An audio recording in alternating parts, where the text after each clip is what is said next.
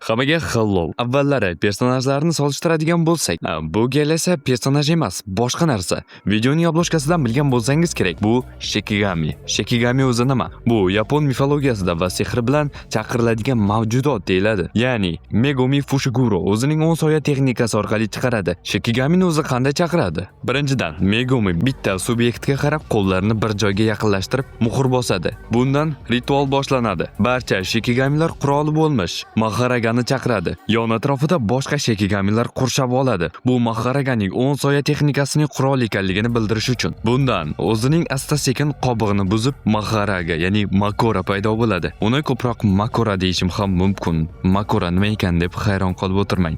Shikigami haqida qisqacha. Shikigamining fizik taraflama kuchi bitta zarba bilanoq Sukunaga zarba berganida butun bir binoni bo'laklarga bo'lib ketgan. Uning Sukunaga qarata mashinalarni ketma-ket otishi va tezligini ham hisobga olib qo'yamiz. Endi esa uning eng kuchli bo'lgan qobiliyati moslashuv, ya'ni adaptatsiya. Ozmoz tushuntirib o'taman. Birinchidan, Maharaga o'zi nimalarga adaptatsiya bo'la oladi?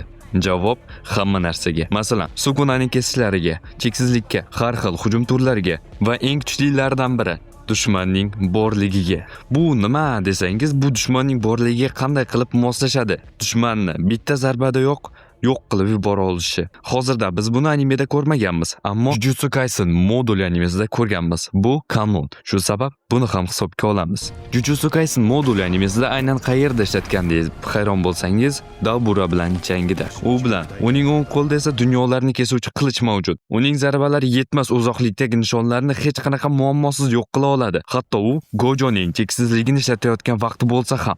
Makora juda ham baland bo'lgan statistikalarga ega. Shu bilan birga uning chidamliligi ham lol qoldiradigan darajada. Maharaga haqida default narsalarni bilib oldik. Bo'lmasa, videoni cho'zib o'tirmasdan boshladik. Birinchi o'rinda kim? O'zining limitlarini buzadigan bosh qahramon, barcha maxluqlarni bitta zarbada yo'q o'ldiradigan Saitama. Saitama o'zining limitlarini buzish bilan jangda. Jang o'rtacha qanday bo'lishi mumkin tasavvur qilish ham qiyin. Bitta tarafda bitta zarbadan yo'q qiluvchi, ikkinchi tarafda esa barcha narsaga moslashuvchi, adaptatsiya bo'luvchi. Bu yerda Saitama ko'p narsani hal qiladi. Agar bitta zarbadanoq uni yo'q qilishga qaror qilsa, bitta zarbada oson o'ldiradi. Ammo har doimgidek jangga jiddiy qaramasa, ya'ni Makoraga moslashishga yo'l qo'ysa, Maharaga uning zarbalariga moslashib, uni yenga olishi mumkin. Lekin qanday yenga olishi mumkin? Uning olamlarni kesuvchi qilichi uni kesa olmasligi mumkin. Saitamaning faqatgina oddiy va jiddiy zarbalardan boshqa texnikasi yo'q. Ammo Maharaganing adaptatsiyasi oxirlab, uning, ya'ni Saitamaning mavjudligining o'ziga adaptatsiyasigacha olib kelsa, Saitamani bitta zarbada yo'q qila olishi mumkin. Hatto Maharagani kosmosga yuborsa ham, lavaga tashlasa ham, boshqa nima qilsa ham moslashib qolsa, uni o'ldirib bo'lmaydi va Saitama bilan jangi ko'p vaqt davom etishi mumkin. Bu ham moslashuvga kiradi. Naruto Uzumaki o'zining Rasengan, klon va boshqa texnikalarni ishlatadi. Maharaga osonlik bilan moslasha oladi. Uning shuncha harakati bir tiyindek.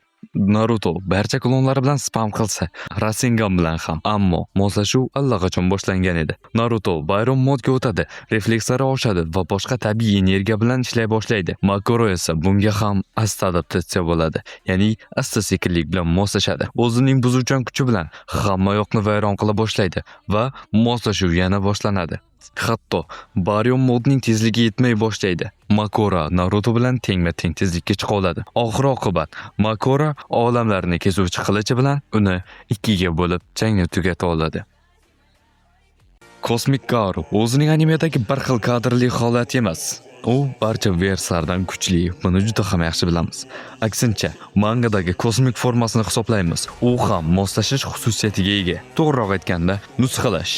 Lekin bir-biridan oz-moz farqli o'laroq Garu boshqalarni nusxalay oladi. Makora esa avval aytganimizdek moslasha. Makora o'zining qobiliyatlariga o'zi qanday qilib moslashar ekan, agar Garu uni nusxalab olsa. Garu o'zining kosmik formasida juda ham buzuvchan kuchga ega. Bu degani unga Makorani nusxalash kerak emas va Maharagaga qarshi nima qila oladi? Menimcha, bu jang hatto ko'p vaqt ham davom etmaydi deb o'ylayman. Garuning oddiy zarbalarini olaylik.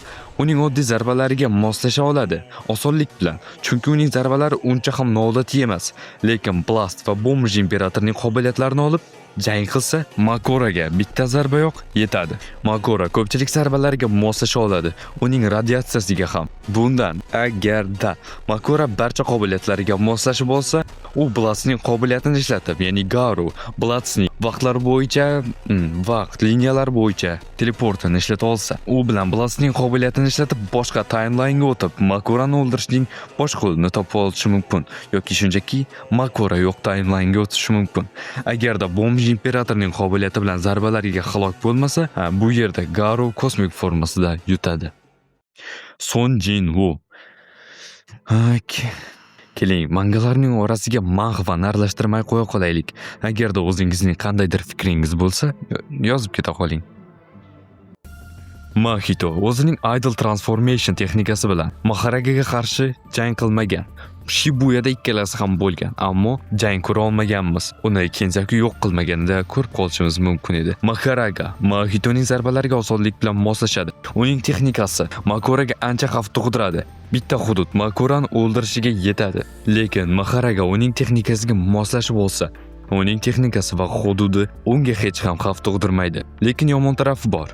Makora Mahitoga hech qanaqa zarar bera olmaydi. Chunki Mahitoga faqatgina unga to'g'ridan to'g'ri ruhiy ta'sir qiluvchi zarba berish kerak. Masalan, Yujining texnikasiga o'xshash. Yuji Mahitoga zarba berganida to'g'ridan to'g'ri ruhiga ta'sir qiladi. Boshqalarniki esa yo'q.